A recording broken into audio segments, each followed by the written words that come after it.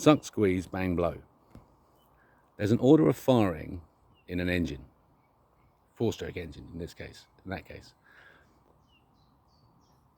Anaesthesia demonstrates that there's an order of firing for consciousness, that it's possible to turn off consciousness but leave everything else running. So that in terms of a size of spark, for example, if we said that consciousness is a spark of life, you can turn off the actual illumination, the spark part, and leave everything else running through not expanding the surface with enough momentum.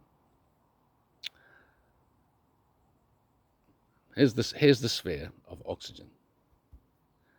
It's going to turn inside out.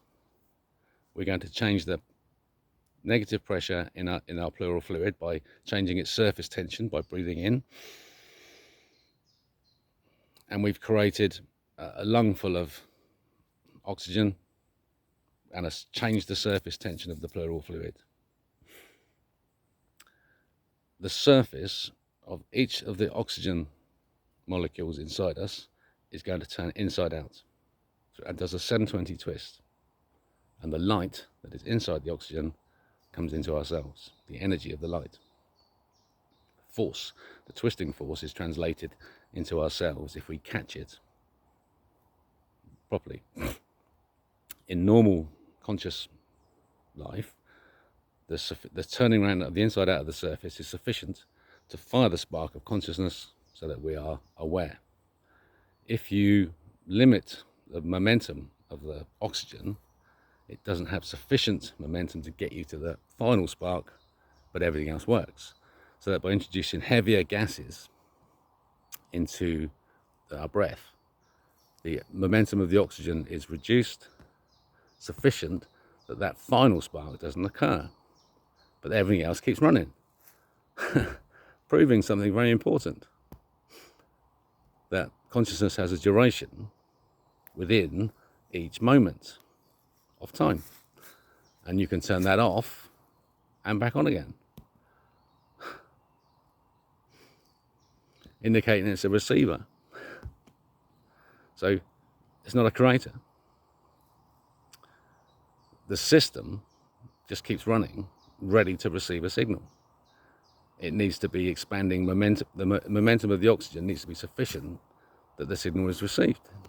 You just remove the heavy gases, the normal atmosphere is breathed, you achieve that final expansion of the surface, c squared matches the atmosphere, and you have consciousness.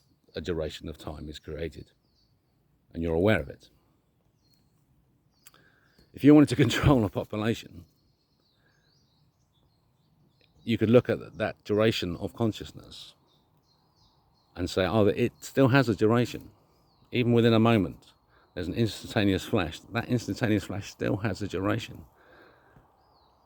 And a momentum, if it's controllable through the weight of the gases that we breathe, then our intellect and our consciousness could be controlled by a nefarious entity who wanted to tweak our atmosphere to keep us stupid. And why would he want to do that? Because he'd know that if we got smart, we'd catch him out, we'd realise that the entity that's controlling us is an old man hiding behind a curtain. And then we just need to see him and love him and help him understand what this is all about. Humans have taken control. It's happened. It's really happened. Through an understanding of consciousness, your consciousness, take control of it. They've made a mistake. They've added energy to the atmosphere. You just need to be aware of it. There's weight, additional mass there. What that means is you can slingshot yourself off from that additional mass that you're breathing into higher levels of consciousness. It's really amazing at the moment. The access is easy. Get in, get high, find your way to the information and trust it. And let's unify. And the future's begun. Is that or the missiles or some other disaster? Come on, people. Follow the Rebel King.